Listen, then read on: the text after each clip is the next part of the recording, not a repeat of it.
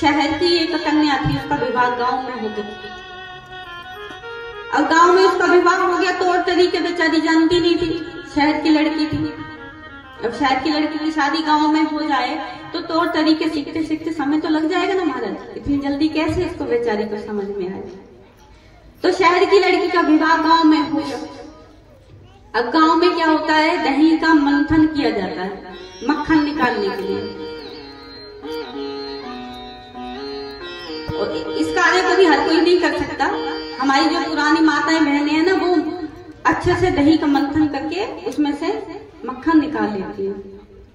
अब बेचारी ने भी सोचा कि दही का मंथन करके मैं मक्खन निकाल लूं। अब मंथन किया, अब मक्खन ऊपर आ गया। अब दही का मंथन तो करना जानती थी, किंतु उस मक्खन को ऊपर से निकालना नहीं जानती थी। अब उसको इकट्ठा कैसे करे? तुरंत सासू माँ को बुलाया, सासू माँ मक्खन निकाल लीजिए।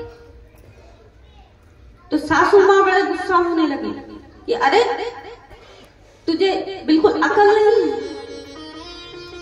तुझे बोलने का तरीका नहीं है। बेचारे को कुछ समझ में नहीं आया।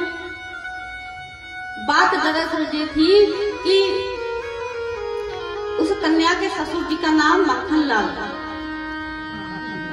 प्रेम से कहिए,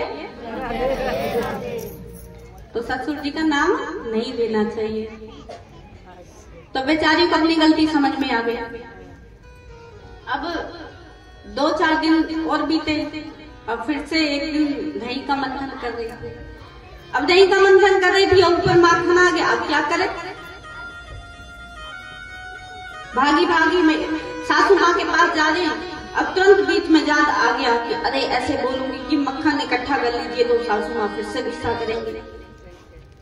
जा करके बोली कि माता जी वो आ गए, उनको निकाल लीजिए, वो आ गए, उनको निकाल लीजिए। अब सासू माँ को समझ में नहीं आया कौन आ गए। अरे मटका में वो आ गए, उनको निकाल लीजिए। अरे किनको? साफ साफ बोल किनको? अरे माता जी वो ससुर जी मटका में आ गए, उनको निकाल लीजिए जा करके। प्रेम से कहिए, तो भैया नाम में कुछ नहीं रखा। भगवान को पाना है तो भाव ही चाहिए।